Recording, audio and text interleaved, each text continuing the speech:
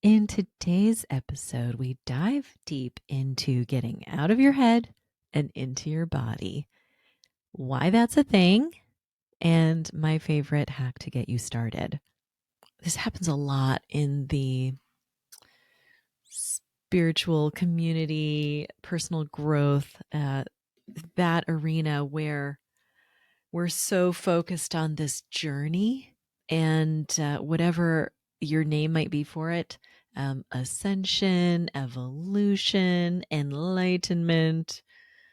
There's this idea that we're like eschewing the physical and embracing the spiritual, right? Meaning not of the body. And yet, as you can probably guess from my podcast name, Wise Body, Ancient Soul, is these are not separate things. Our body is our soul physically focused. And because of that, ascension is a little bit of a misnomer. We're not going up and out. We're actually going in this next stage of our dynamic evolution. Ready to have a deeper conversation about body and soul, sacred leadership, and our collective evolution? Welcome to the Wise Body, Ancient Soul podcast with me, your host, Charisse Sisou.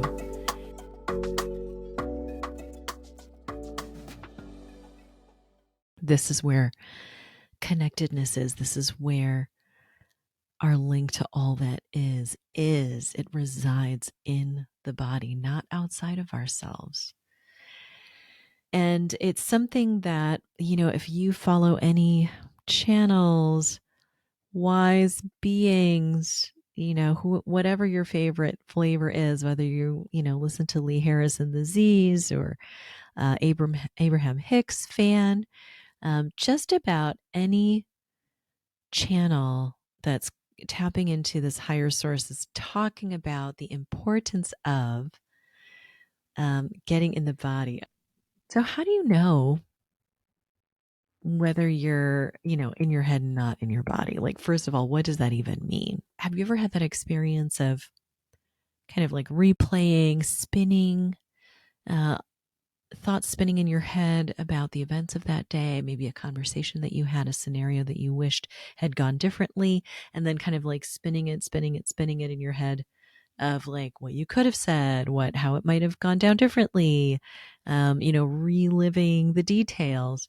It's basically like not being present, either like spinning about something that happened, or it could alternatively be, like something that's to happen in the future, like maybe you're agonizing over a presentation you need to do tomorrow, or a job interview next week, or, whatever that looks like. Right. And so that kind of like that experience of spinning, that is one example of being in the head and not in the body. Right.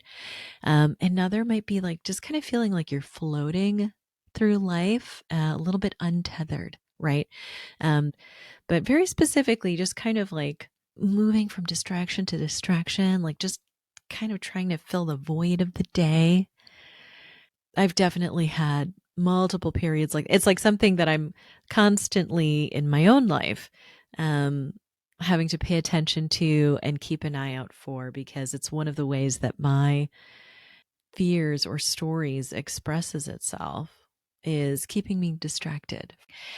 Anytime that you're, you have some important thing that you need to do, but instead of doing that thing, you're frittering the time away on 10 other things before you get to that thing. So procrastinating, distractibility, not wanting to be in the earthly here and now. It can look like, it can also be like devaluing the body, like I was talking about in the beginning, this idea that somehow, so many spiritual, or I should say like religious paradigms put the physical on a lower plane than the spiritual, right? So then we've incorporated literally those teachings, so that we discount the body, right? And I've talked extensively about this in other episodes, but we'll ignore the body's needs. We'll delay pleasure or nourishment or relief or what have you, because we have more important things to do, we have more important things to think about. Or it can simply be that sort of like wanting to reject the body altogether. Like I've, heard people go as far as calling it like a meat suit that their soul is just wearing, and they can't wait until they, can just wrap up this lifetime. And not that they're like trying to hurry that along or anything, but like they just want to be back in that disembodied spiritual, oneness with all that is. And that is a really blissful place to be. And very often we can reach that through like meditation, journeying, different practices, right? That in effect, one could think like take us out of the body. And yet, what's the best and easiest way to meditate is to simply track the breath, right? Which requires deep presence in the body. But this whole idea of like devaluing the body, considering it less than, itself kind of creates a paradigm where we're not really paying attention to the body. Or even, if you look at chakras, this is something that came up in the conversation with my friend yesterday, of like certain chakras being higher than other chakras. And the vision that I was given a couple of years ago around our energy system is that the only reason why it goes from quote unquote lower to higher, or first through seventh chakra, in our current energy system, is because of how things translate in the physical here in the 3D world. Like we're this vertical body, right? And so the easiest for us to wrap our 3D earthly minds around the idea of energy centers is stacking them one atop the other. And that's also informed by this paradigm, paradigm that's ending, but these like old paradigms around hierarchy and, everything has to be tiered. And the new paradigm that we're moving into is one of, more of like circular level playing field, honoring all perspectives, not just the perspectives of a select few, right? When you look the vision I was given was that when you look at the energy systems in that paradigm, there's not one that's higher than the other. Like the root chakra is not lower than the crown chakra. That's just our interpretation of that in this vertical 2-footed body that walks, you know what I mean? And we think, oh, crown, root, right? When in reality, our soul, the way our energy actually works is more like planets revolving around the sun, right? It's not better or worse to be closer or further from the sun. You're just closer or further from the sun, right? And it's not like one planet is better than any other planet, right? Maybe better for human life, but not better or worse in terms of like as planets go, in the great hierarchy of planets. I really was shown our energy system as being these, you could think of them as concentric circles, or you could think of them as dynamics that ebb and flow around each other. But the bottom line is there is no higher or lower. The root chakra is as important as the throat chakra, as the third eye, as the sacral, as the, you know what I mean? Although that is present in learnings about our energy systems, about how the chakras are presented, because of this paradigm that we've been stewing in for the last few thousand years of like, there's got to be something that's better than something else. We have this tendency to apply that hierarchical thinking to our energy centers, and it really couldn't be further from the truth. There is no higher or lower. The body is not lower than spirit. It is spirit. The point of that is, this is why it's so fundamentally important for us to get out of our head, out of that paradigm, and back in the body. So what are some of the ways that being out of your head, like, why does this even matter? What can this look like? So here's some examples, right? These are just from my own experience. So it can look like emotional eating, right? Plowing through an entire family-sized bag of potato chips, my personal kryptonite, because of stress and unpleasant emotions pressing to the surface. I'm sure no one can relate to emotional eating. I am alone on the planet in that. But so that's a great example of not being in the body, right? Because truly being in the body, at some point the body goes, you're not hungry, right? you know, it can look like taking on a client that will be a handful, but you do it because you quote unquote need the money, right? So then the story that's playing in your head is like, ooh, scarcity. If I don't take this client, I don't know if there's going to be another one after them, and I got to take And again, I'm sure I'm the only person that's ever done that. Not.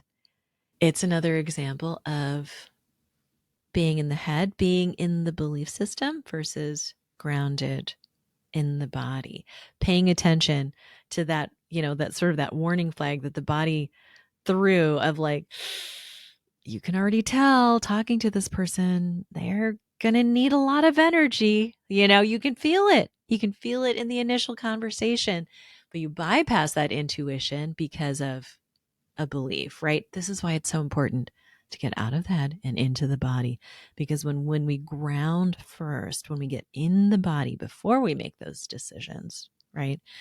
That's when things can get really powerful, and we can give ourselves that space to take right action that's not driven by a story or a belief or a fear or a paradigm, but that comes from our own inner knowing, our own internal guidance. This can also look like, and I alluded to this earlier, it can look like sitting in meditation or prayer for hours and then staying in inaction while waiting for an answer or solution to be delivered to you. Don't get defensive. This is me too. If you're feeling called out by any of these examples, just know that first and foremost, I'm mentioning them because they are personal examples. And if it's feeling like a little bit of a call out, that's okay. That's okay. Stay with me, right? I am on your side because I am you. Like, this is also me. There's no judgment here, right? These are not bad things. We're not bad for doing this stuff. It's just that as you may have experienced, as I've certainly experienced, these things don't necessarily lead to the desired result, right? So, eating all those chips kept me distracted and soothed in the moment, right? Short-term distraction, short-term like soothing of whatever was stressing me out in that moment.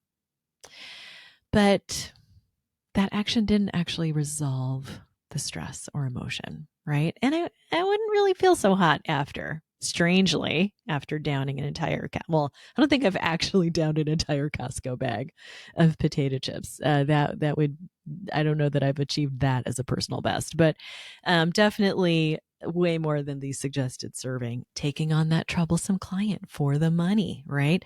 Often led to a plummeting hourly rate, as the extra effort and time needed to keep that client satisfied far outweighed the original fee quoted, right? And then that third example, passively waiting for the answer as opportunities passed me by, meant that I never had the chance to try something and discover whether or not it was working, right? Now, I am not saying don't meditate and pray. That is actually those are daily practices of mine. I highly recommend. But what I'm talking about is the pattern of hoping and waiting for an answer versus praying and moving your feet. We get into these habits of, being out of the body, more in our heads, not just because we're in this paradigm, right?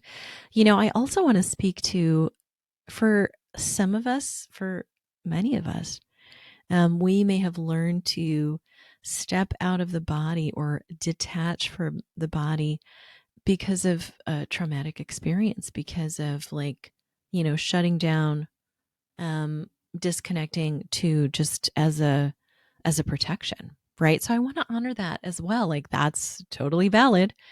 And what happens, and this is a part of my story too, is, um, you know, once upon a time, yeah, my ability to leave my body protected me during traumatic events.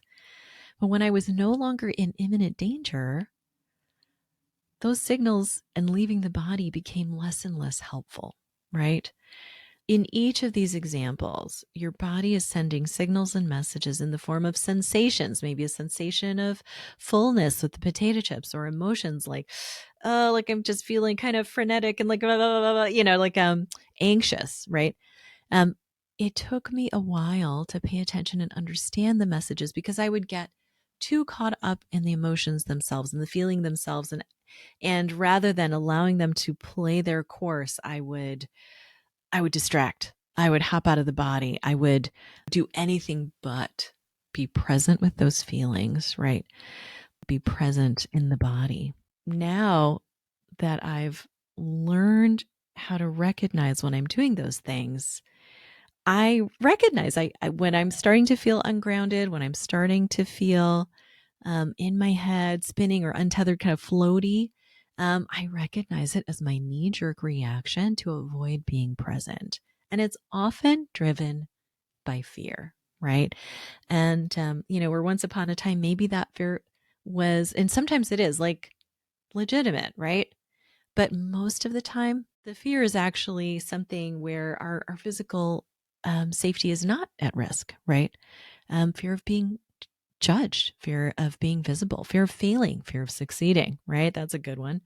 And that's okay too. That's the ego trying to protect us. We've all felt that desire to be somewhere else, like anywhere but here, right? So this kind of desire to be out in the ether, right? Kind of like looping back to what I was talking about before, eschewing the body for, that blissful communion with all that is, right? Um, we've touched the infinite through these esoteric practices, and we just want to stay up there, right? Except this moment that we're experiencing right now on the planet, this awakening, this is an opportunity to create that blissful expansiveness right here, right now. What some people call moving into 4 or 5D.